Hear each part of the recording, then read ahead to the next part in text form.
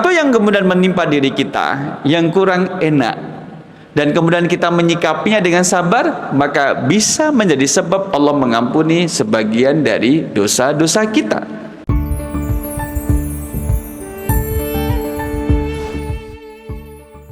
Assalamualaikum warahmatullahi wabarakatuh. Innal hamdalillah nahmaduhu wa nasta'in wa nastaghfiruh wa na'udzu billahi min syururi anfusina wa min sayyiati a'malina, may yahdihillahu fala mudhillalah wa may yudlil fala hadiyalah.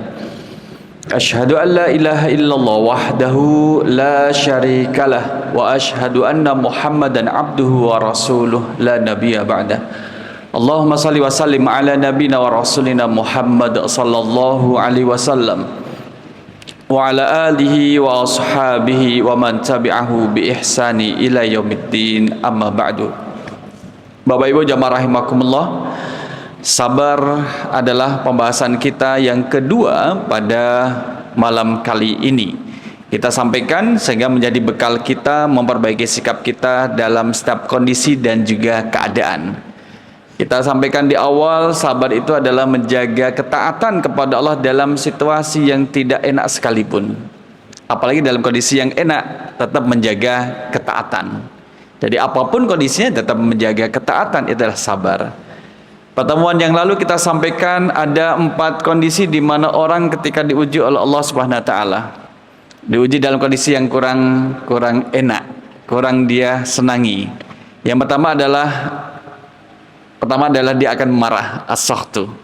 Dia akan menjadi marah kenapa dia yang harus diuji, kenapa dia harus ditimpa musibah, kenapa dia yang harus ditimpa cobaan. Dia akan marah. Bentuk marahnya ini ekspresinya macam-macam Bapak Ibu. Ekspresinya dalam bentuk ucapan, dalam bentuk perbuatan, bahkan dalam bentuk pemboikotan, tidak mau taat kepada Allah. Itu termasuk ekspresi kemarahan seseorang ketika diuji oleh Allah. Yang kedua adalah ada kalanya ayyasbira. Orang itu menjadi orang yang bersabar, tetap menjaga ketaatan kepada Allah. Jazakallahu khair. Kemudian menjaga lisan, menjaga hati, menjaga anggota badan dari segala bentuk perilaku yang dibenci oleh Allah. Jazakallahu khair. Yang ketiga adalah ayyardiya. Orang itu ridho. Kalau diuji oleh Allah adalah ridho. Ridho itu di atas sabar. Maka kalau orang yang ridho, tentunya dia sudah sabar dan menganggap seolah-olah tidak pernah terjadi ujian atas dirinya. Sehingga dia tidak ada alasan untuk mengungkit-ungkit masa lalunya. Terus berjalan ke hadapan, terus melangkah. Yang keempat adalah kemudian ayyashkura. Dia itu bersyukur. Menjadi hamba yang bersyukur. Orang diuji Allah malah bersyukur. Nanti kita akan lihat bagaimana orang diuji oleh Allah kemudian dia bersyukur. Berterima kasih, alhamdulillah ya Allah. Itu malah dia bersyukur. Maka Rasul sallallahu alaihi wasallam mengajarkan kepada kita, alhamdulillahi ala kulli halin. Segala puji bagi Allah dalam setiap kondisi dan keadaan. Nah, ini kan level paling tinggi Bapak Ibu. Level paling tinggi. Mungkin nggak kita mencapainya? Kalau ditanya mungkin, insya Allah mungkin. Insya Allah kita mungkin mencapai dalam kondisi tersebut. Diuji oleh Allah tapi alhamdulillah. Jadi mengambil 1001 alasan untuk selalu bersyukur kepada Allah. Memang mudah untuk disampaikan. Ya Ustadz, mudah Ustadz menyampaikan. Lah ya kita menyampaikan. Kalau tidak disampaikan nggak tahu. Tapi bagaimana kalau misalkan mengalaminya sendiri? Nah itulah kemudian kita akan diuji oleh Allah SWT. Nah kemudian pembahasan kita kemarin terakhir di sini dilanjutkan dalam hadis ini. Wa yaqul Ibnu Mas'ud radhiyallahu anhu, dakhaltu 'ala Nabi sallallahu alaihi wasallam wa huwa yu'aku. Rasul waktu itu ketika Ibnu Mas'ud mengatakan bahwa saya pernah masuk kepada Nabi SAW dan menemukan Nabi itu dalam kondisi sedang sakit Bapak Ibu. Ya, sakit secara fisik karena Nabi juga manusia yang kemudian juga bisa merasakan sakit. Ya. Faqultu ya Rasulullah innaka tu'aku wa'kan syadidan. Rasul, sepertinya kau sedang sakit Rasul, dan sakitnya juga cukup berat Rasul. Jadi orang sakit Bapak Ibu itu kelihatan dari mimik mukanya, kemudian dari ekspresinya, dari gerak tubuhnya, itu kan kelihatan. Sebagaimana ketika kita sedang merasakan demam, sedang merasakan meriang, itu terlihat. Orang lain melihat itu, kok kurang fresh ya mukanya kok kurang fresh. Iya, saya lagi kurang enak badan. Kalau ngomong juga kemudian agak tertatih-tatih. Kenapa ngomongnya agak tertatih-tatih? Iya, lagi kurang enak badan. Kalau ngomong terus jadi sakit, tenggorokannya agak sakit.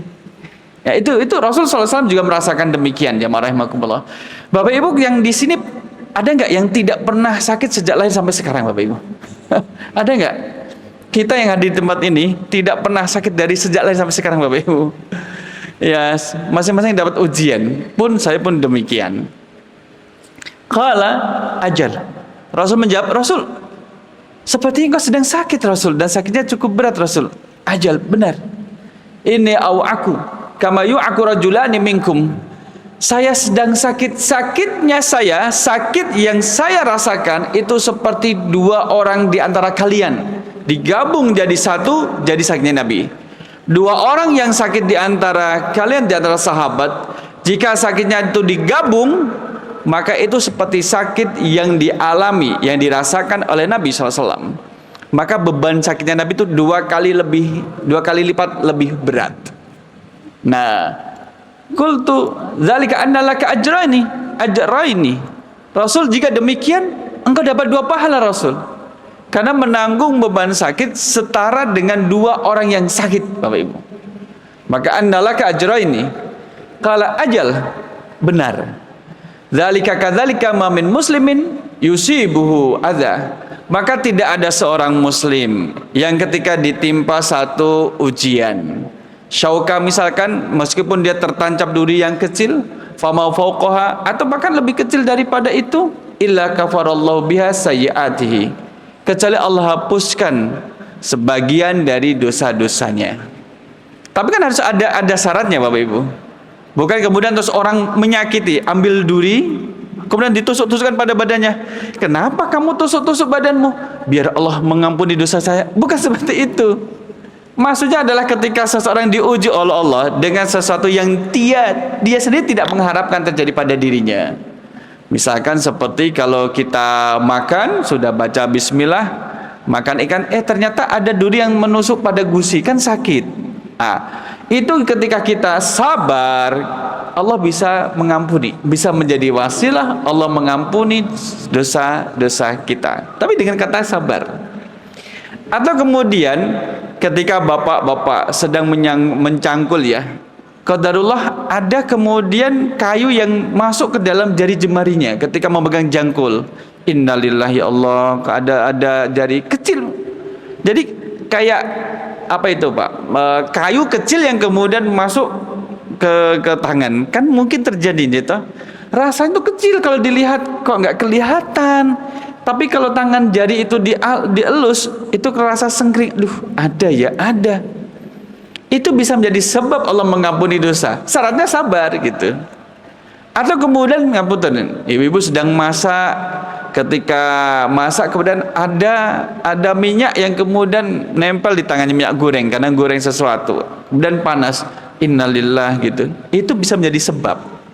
Bisa menjadi sesuatu yang kemudian menimpa diri kita yang kurang enak, dan kemudian kita menyikapinya dengan sabar, maka bisa menjadi sebab Allah mengampuni sebagian dari dosa-dosa kita.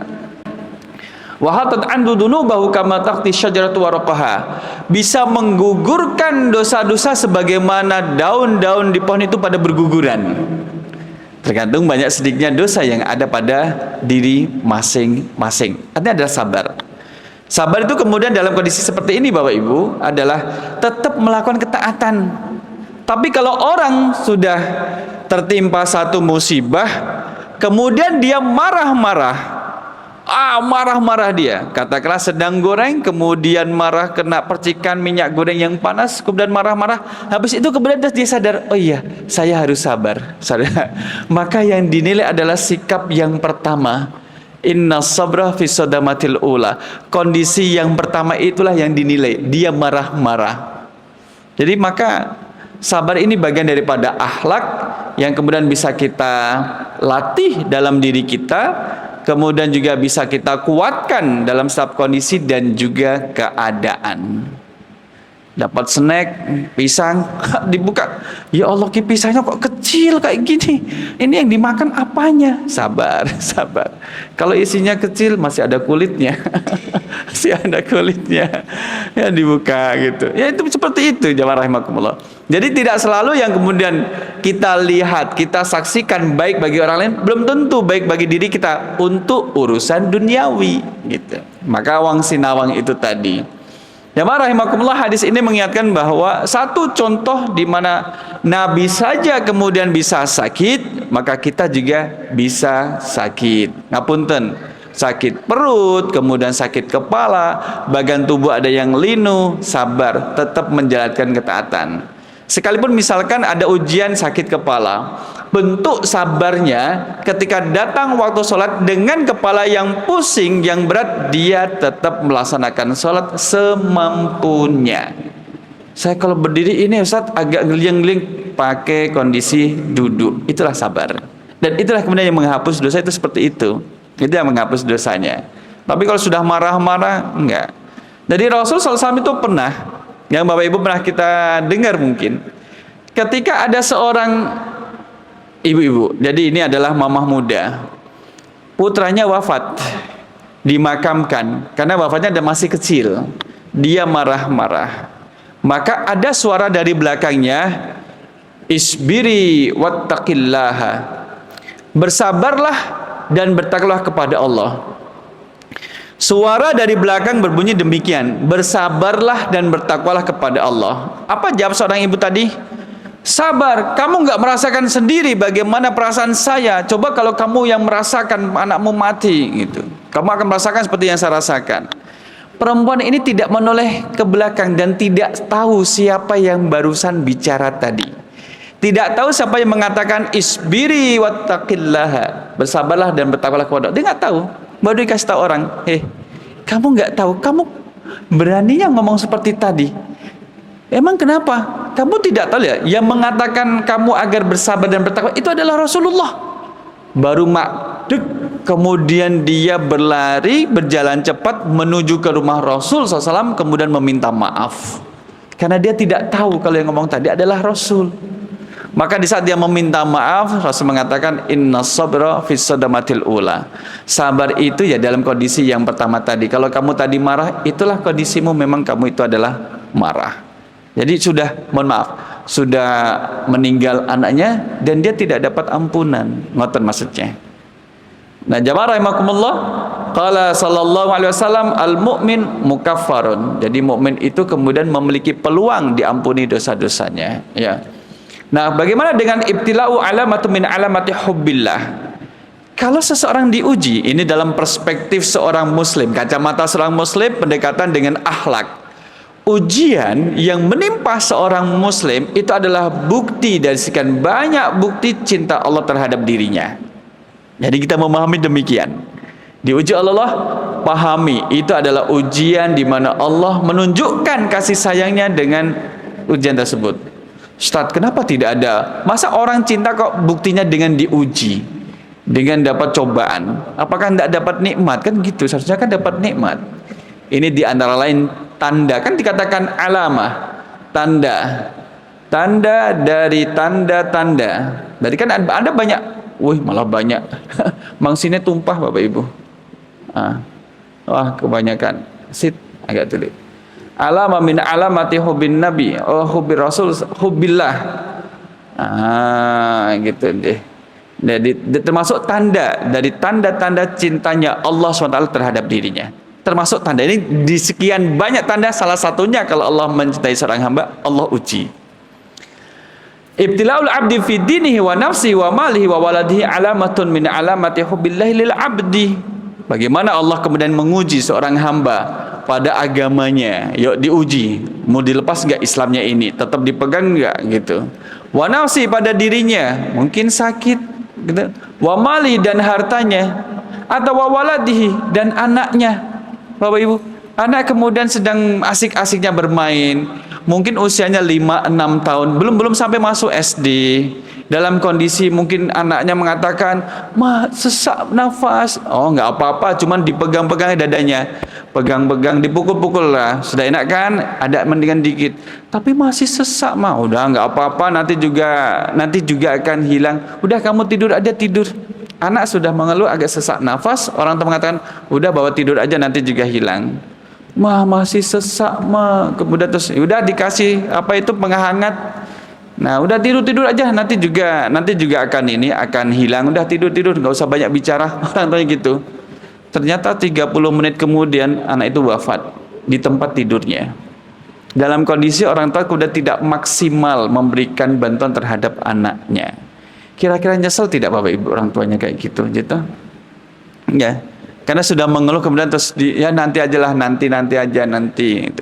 Atau misalkan yang ibunya mengatakan, "Udah nanti aja nunggu bapakmu pulang, ini udah malam," gitu. Mama nggak berani naik motor sendirian. Udah kamu tidur aja, nanti biar bapakmu yang mengantar periksa. Oh, qadarullah ternyata wafat. Gimana tidak nyesel orang tua? Kan gitu. Itu kan juga ujian pada anak. Berbeda ketika anak baru mengatakan, "Mah sesak nafas. Yuk pakai jaket. Yuk kita berangkat." Kemudian ke PKU, diperiksa, dapat penanganan, agak membaik, kemudian sesak lagi, qadarullah wafat. Ya. Kemudian rasa sedih ada, tapi kan ibu orang tua sudah maksimal memberikan pertolongan pertama. Nah, ini kemudian ujian pada sang anak, Bapak Ibu jamaah rahimakumullah, termasuk juga ujian anak diuji dengan orang tuanya. Orang tua diuji dengan anaknya. Kalau kita lihat di dalam surah Surah Al-Baqarah 155. Wah, kurang dikit. Kurang ke atas. Nah, ini Bapak Ibu. A'udzubillahi minasyaitonirrajim. Walanabluwannakum bisyai'im minal khaufi wal ju'i wa naqsim minal amwali wal anfusi was samarat wa basyiris sabirin. Di sini kemudian kalau kita lihat bagaimana struktur ayatnya yang begitu kuat. Wa dan la pasti, nabluwa kami menguji. Kemudian non di tasdid ini benar-benar kum kalian, dan pasti kami benar-benar akan menguji kalian. Oh, berarti tidak ada celah orang tidak diuji oleh Allah. Wala nabluwannakum, dan benar-benar sungguh kami pasti menguji kalian. Karena ada tiga taukid penguat. Lam, la ini lam taukid, sama non taukid saqilah. Taukid yang menguatkan yang berat, bobotnya 2. Berarti ada 3. Maknanya kalau kita sedang diuji oleh Allah Subhanahu wa taala, maka lihatlah ayat ini. Oh iya betul, memang tidak ada yang tidak diuji. Kalau saya diuji oleh Allah, berarti pun yang lain juga akan diuji. Bukan saya yang kemudian satu-satunya diuji oleh Allah, bukan. Yang lain juga diuji dalam kondisi dan keadaan yang berbeda-beda. Tapi kemudian kita pahamkan juga pada diri kita, kalau Allah menguji saya dengan ujian ini dan tidak terjadi pada orang lain, maka menurut Allah saya itu bisa menghadapinya dengan bantuan Allah. Dan peluangnya, benefit kalau dapat ujian dari Allah dah, ini adalah peluang Allah akan mengangkat derajat keimanan saya. Jadi di situ Bapak Ibu. Jadi kita akan melaksanakan skenario Allah dengan ikhtiar sebaik-baiknya. Nah, bisyai'in dengan sesuatu, min memberi makna yang kecil. Al-khauf rasa takutnya kita bukan takut yang besar, takut yang kecil. Maka mohon maaf, kalau sedang ada serangan misalkan rudal dari Lebanon, dari Gaza, kemudian ke Israel, kan kemudian kita lihat orang-orang Israel kemudian sampai mohon maaf terpipis-pipis di celananya karena rasa takut. Itu baru kecil takutnya. Karena insya Allah menggunakan min, memberi makna litab'id. Al-khauf wal ju' rasa lapar. Laparnya kita sementara. Masih ada yang kemudian laparnya lebih panjang lagi durasinya. Kalau kita mahasiswa, sehari makan berapa kali? Sehari mahasiswa sekali, biasa, nggak usah mengeluh, biasa. 2 hari makan sekali, itu luar biasa. Lah kalau saya Ustadz mahasiswa kos kemudian makan sehari 4 kali, itu luar biasa itu. Luar biasa, ingat sama yang lainnya. Jadi akan ada ujian. Bagaimana kemudian orang tua juga akan merasakan hal yang sama demi anaknya untuk bisa makan. Wa naqsim minal amwal, kekurangan harta. Kekurangan harta, mau bayar SPP anaknya kurang, mau bayar kontrakan kurang, mau beli ini kurang, harus cari-cari yang lainnya, ya kan?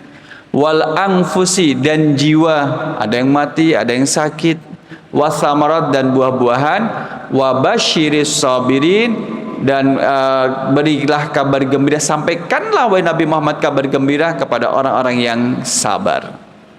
Nah, jadi ayat ini maunya saya sampaikan adalah tidak ada dari kita yang tidak diuji Allah, dan semuanya pasti diuji oleh Allah Subhanahu wa taala dengan kadar dan ketentuan masing-masing. Nah, tapi di saat kita diuji, kita pahami saya sedang dicintai oleh Allah.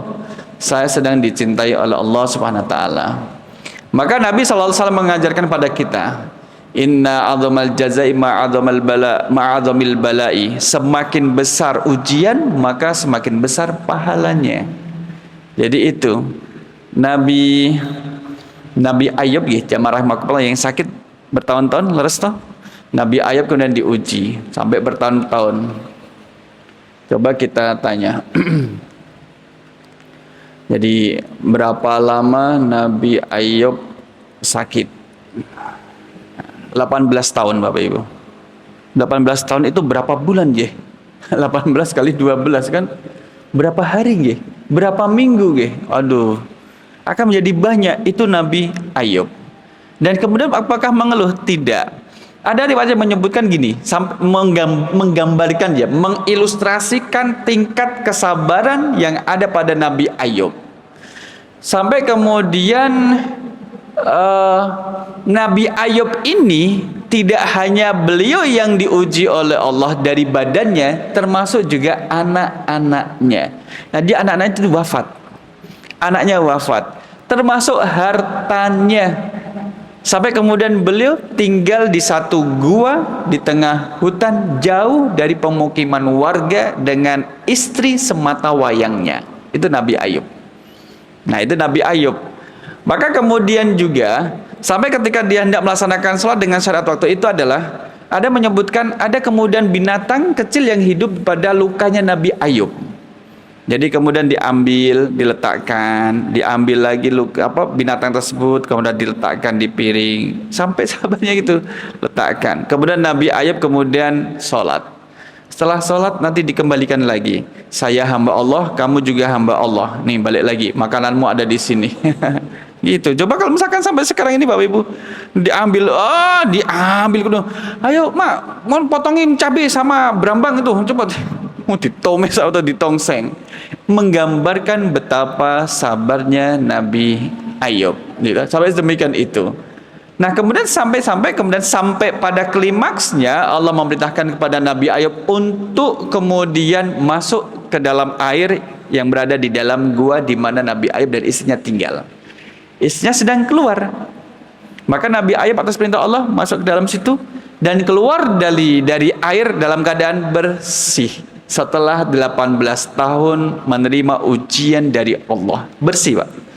Bersih badannya dari penyakit dan nampak lebih muda dan lebih seger, jauh lebih seger dari sebelumnya. Sehingga istrinya, sinten Pak, istrinya Nabi Ayub? Bu Ayub. Terus Bu Ayub itu datang. Anda siapa? Saya Ayub, Bu. Bukan, suami saya tidak seperti jenengan. Suami saya itu lebih sepuh. Suami saya itu sakit. Anda seger, kemudian Anda sehat. Suami saya itu badannya sakit, dia sedang diuji oleh Allah. Saya Ayub, Bu. Diyakinkan, ternyata itu adalah suaminya. Jadi meyakinkan kepada istrinya bahwa Nabi Ayub telah melewati masa ujian dari Allah, kemudian menjadi lebih baik.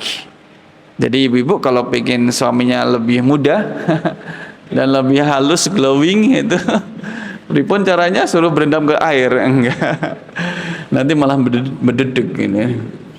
Wa inna Allah Ta'ala idza ahabba qauman, dan sesungguhnya Allah Ta'ala ketika mencintai suatu kaum, ibtalahum, akan mengujinya. Jadi di sini Allah menimpakan ujian pada kaum bukan karena kemaksiatan yang dilakukan oleh kaum tersebut. Bukan karena kaumnya maksiat, beda dengan azab. Azab diturunkan pada satu kaum jika kaum itu melakukan kemaksiatan kepada Allah.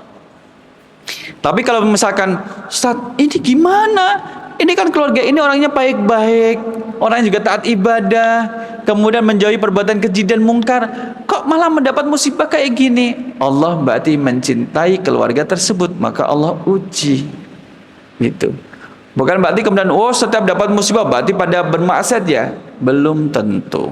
Nah, kalau kita sebagai seorang muslim, pahami sebagai satu kebaikan. Faman radhiya falahur ridha. Siapa yang kemudian ridha, rela, ridha, menerima ujian dari Allah, maka dia mendapatkan ridhaan itu. Wa man sakhita falahu sukhtu. Barang siapa yang marah, dia mendapat murka dari Allah Subhanahu wa taala. Jadi itulah kemudian ini menguatkan pada kita jemaah rahmatullah. Tapi di balik ujian ini kita harus berikhtiar maksimal. Seseorang, Bapak Ibu, jika diuji dengan sakitnya, kan kemudian saya sabar Bu, nggak periksa. Saya sabar Pak Ustadz. Periksa Bu, periksa. Nanti kalau saya periksa, kalau saya sehat, nanti merontoknya dosa-dosa saya berhenti Pak Ustadz. Lalu terus Ibu maunya gimana? Biar rontok semuanya, nanti saya baru berobat gitu. Ikhtiar maksimal, ikhtiar maksimal. Sekalipun juga tidak dibungkiri, dulu ada sahabat yang bertanya pada Rasul begini, Rasul, apakah demam itu bisa menggugurkan dosa? Benar. Maka saat itu sahabat meminta agar dia itu demam, diberi demam oleh Allah, dan memang demam. Pagi sehat beraktivitas, malam kayak gini sampai menjelang subuh itu demam, sampai Allah mewafatkannya. Kenapa? Karena tujuannya adalah agar dosa-dosanya itu kemudian hilang dan kemudian menjadi bersih. Tadi kita sampaikan ikhtiar maksimal. Di saat sakit, maka bentuk kesabaran kita adalah berobat. Nanti berhenti Ustadz, gak gugur lagi dosa-dosa kita. Dengan berobat itu juga akan menggugurkan dosa-dosa kita. Dengan kesabaran itu juga menggugurkan dosa-dosa kita. Ma yuridillahu bihi khairan yusibhu minhu. Maka sesiapa yang kemudian diinginkan oleh Allah kebaikan, Allah akan mengujinya. Nah gitu. Jadi jangan dibalik. Kalau ada dosen diuji sama mahasiswanya, nah kamu kok nggak belajarnya gimana sih, kok nilaimu jelek-jelek? Ini Allah memang mengirim saya untuk menguji ibu sebagai dosen. Kenapa IP kamu 2,1 gitu? Ya ibu sabar tidak punya mahasiswa dengan saya gitu. Ya saya sabar tapi kamu harus belajar gitu. Nah boleh jadi. Termasuk gini Bapak Ibu, kalau Allah menguji kita dengan dalam bentuk sesuatu yang langsung menimpa kita, maka kadang kita lebih mudah untuk memahami ini ujian dari Allah. Tapi kalau melalui pihak kedua, pihak ketiga ya, orang lain, kita diuji oleh Allah melalui orang lain. Orang tua diuji oleh Allah melalui anaknya, anak diuji oleh Allah melalui orang tuanya, satu keluarga diuji oleh Allah melalui tetangganya. Kan bisa. Sebagaimana kemudian karena salah satu Bani Israel, dulu ada 3 orang dari Bani Israel diuji oleh Allah dengan sakit dan kemiskinan, tiga-tiganya. Tapi sakitnya berbeda-beda. Satu adalah al-abros, badannya belang-belang mengeluarkan bau yang tidak sedap, karena itu adalah penyakit. Badannya itu orang melihat, menjijikkan. Yang kedua adalah, mohon maaf, botak, rambutnya itu kemudian tidak tumbuh dengan rapi, dan itu penyakit. Orang melihat itu nggak nyaman. Anak kecil pun takut. Yang ketiga adalah buta, tidak bisa melihat. Dulunya bisa melihat, kemudian tidak bisa melihat. Dari ketiga ujian ini Bapak Ibu, kalau jangan suruh milih yang pertama, kedua, atau ketiga? Pilih yang mana? Kan nggak milih toh. Tapi kalau Allah sudah menentukan, kan tidak bisa ditolak. Mau nggak mau dia menerima. Sudah sakit, kemudian mohon maaf, miskin lagi. Kalau sekarang sudah miskin, gaya lagi. Nah ini, kalau dulu salah satu Bani Israel, orang Israel ini sudah miskin, sakit lagi. Allah uji dalam bentuk dikirimkannya seorang malaikat dalam wujud manusia. Hadis ini ada dalam hadis Riyadhus Shalihin. Dalam wujud manusia, maka ada 2 pertanyaan, masing-masing mendapat 2 pertanyaan. Ayu syai'in ahabba ilaik, ayu halin ahabba ilaik. Maksudnya adalah keadaan apa yang paling kamu inginkan. Orang sakit Bapak Ibu, kalau ditanya kamu mau apa, Mau makan, minum, atau mau uang, Bapak Ibu? Apa yang diinginkan orang yang sakit kalau tawari? Mau makan apa? Mau minum apa? Mau kemana? Kan tidak begitu menarik. Yang menarik adalah bagaimana bisa sembuh. Dengan sembuh bebas kemana-mana, tanpa harus diantar. Maka dikatakan ayu halin ahabba ilaik, keadaan apa yang kau inginkan? Saya ingin sehat. Tiga-tiganya sepakat ingin sehat. Yang kemudian yang kulitnya itu abras belang-belang itu ingin kemudian bersih. Diusaplah bagian tubuhnya yang belang-belang, hilang belangnya Bapak Ibu. Hilang belangnya, hilang. Kemudian belangnya, tangannya yang belang, bau busuk diusap, hilang. Bayangkan kalau orang ini masih hidup di tahun 2024, kira-kira rumahnya sepi atau ramai? Ramai, bagian pendaftaran, kemudian lain sebagainya. Yang kepalanya tadi sakit, dengan rambutnya diusap, tumbuh rambut dengan bagus. Yang kemudian buta, diusap matanya bisa melihat. Pertanyaan kedua adalah ayyumalin ahabba ilaik. Harta apa yang paling engkau sukai? Harta, sekarang harta. Sehat sudah, tadi sehat sudah. Sekarang adalah harta, berharta benda. Nek sekarang jenengan pengen apa, Pak? Mobil maung itu dari pindad itu, maung itu. Maung. Maka yang pertama, saya ingin onta, dikasihlah onta yang bunting. Saya mau sapi, yang kedua dikasih sapi yang bunting. Saya mau kambing, dikasih kambing yang bunting. Semuanya sudah bunting, tinggal nunggu beberapa waktu akan melahirkan. Sudah selesai. Orang yang datang menawari jasa, yang ditawari ingin sehat dan kaya, semua sudah dipenuhi dan ditinggalkan, tidak ada syarat tuntutan. Beranak pinak jadi orang kaya. Ujian yang kedua, Allah kirim malaikat dalam bentuk orang yang meminta-minta. Minta pada yang pertama, paring-paring, nyuwun sedekah, saya sudah sekian hari nggak makan. Apa sikap yang pertama? Pergi kau, saya tidak kenal Anda. Dulu saya miskin, kamu kemana? Nggak pernah bantu saya, sekarang malah meminta-minta. Diusir, Pak. Tapi sebelum pergi, orang yang minta-minta ini kemudian menyumpahi, disumpah. Ingat ya, kamu dulu tuh miskin, sekarang jadi kaya. Ingat ya, dulu kamu itu kemudian sakit, sekarang jadi sehat. Dibantah, bukan. Itu adalah hasil kerja keras saya. Nenek moyang saya, nggak ada urusannya dengan Allah.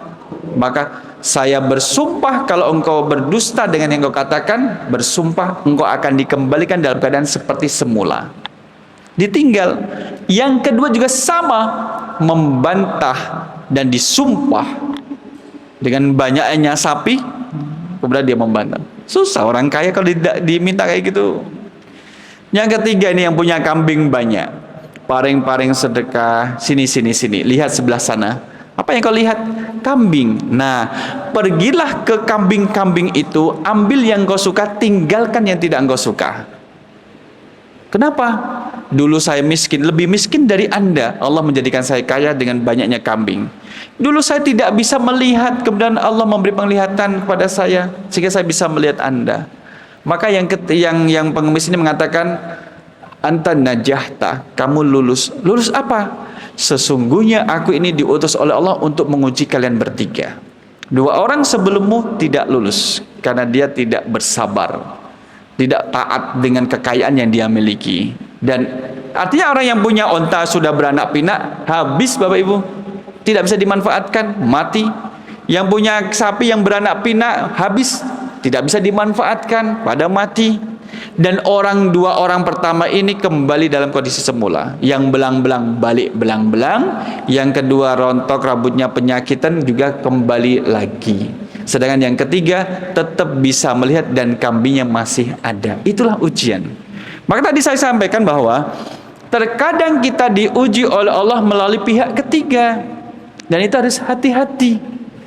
Maka ketika ada yang meminta-minta seperti tadi, boleh jadi itu adalah ujian bagi kita. Maka Bapak Ibu, misalkan malam-malam habis pengajian ini jenengan pulang ke rumah, ada yang ketok pintu gerbang, assalamualaikum, paring-paring Bapak, paring-paring Ibu, gitu, minta sedekah. Apa yang perlu dilakukan, Pak? Jenengan kasih. Nek saya tak tanya, jenengan malaikat atau bukan? Gitu, malaikat bukan. Saya ternyata baru nulis benar, udah gak ada. Itulah. Jadi kadang kemudian kalau kita berbuat baik tidak usah kemudian pandang bulu, wah ini dikasih ini tidak. Kalau kita bisa ngasih, kalau tidak maka katakan kata-kata yang baik. Qaulun ma'rufun khairum min shadaqati yatbauha adza. Ucapan yang baik itu, ucapan yang ma'ruf itu lebih baik dari orang ngasih sesuatu kemudian diikuti dengan perkataan yang menyakitkan. Jaluk, gak gelem kerja. Bedino jaluk-jaluk, udah ngasihnya cuma 2.000, mengumpatnya itu 2 menit masih mengumpat nih. Alah ini tak balik ke nih 2.000 balik ke. Gara-gara 2.000 menyakit ke, nyelekit ke awak omongan yang nyelekit gitu, menyakitkan hati nih dikembalikan. Kan gitu. Jadi kalau bisa ngasih, kalau tidak bisa maka tidak usah. Nah, kemudian jamaah rahimakumullah. Sampai sini kemudian kita turunkan barisnya. Asyadun nasi balaan al-anbiya, orang yang paling besar ujiannya adalah para nabi. Jadi kalau kita merasa diuji Allah, nggak akan melebihi sebesar ujiannya para nabi, nggak mungkin. Karena kita bukan para nabi. Kalau kita sakit, nggak akan melebihi sakitnya dari Nabi Ayub. Kalau kita miskin, nggak melebihi miskinnya Nabi Ayub. Kalau misalkan, wah saya merasa panas, nggak akan melebihi panasnya api yang membakar Nabi Ibrahim. Wah gelap nih gelap, nggak akan melebihi kegelapan dari Nabi Yunus ketika dalam perut ikan dan di dasar laut. Terus, wah saya ini difitnah, dicaci maki, dibully, nggak akan melebihi bullying yang diterima Nabi Muhammad SAW. Jadi santai gitu, digawe santai gitu. Kalau ada orang sombong, dah sombong amat gitu ini. Summa salihun, kemudian orang-orang soleh. Tapi yang paling asyadun nasi balaan al-anbiya, para nabi yang paling besar Bapak Ibu. Ujiannya memang paling besar. Lebih adalah ulul azmi. Ini insyaallah kita lanjutkan pada pertemuan berikutnya. Insyaallah kita sampai di sini di tanggal 6 November. Nggih. Nggih. Kita lanjutkan pekan depan insyaallah, dan semoga dengan ngaji tentang akhlak sabar menjadikan memang kita lebih sabar, termasuk sabar dalam rumah tangga dan juga di jalan dan di tempat kerja. Kita cukupkan dengan doa kafaratul majlis. Subhanakallahumma wa bihamdika asyhadu an la ilaha illa anta astaghfiruka wa atubu ilaik. Aku qouli hadza astaghfirullah li wa lakum. Wassalamualaikum warahmatullahi wabarakatuh.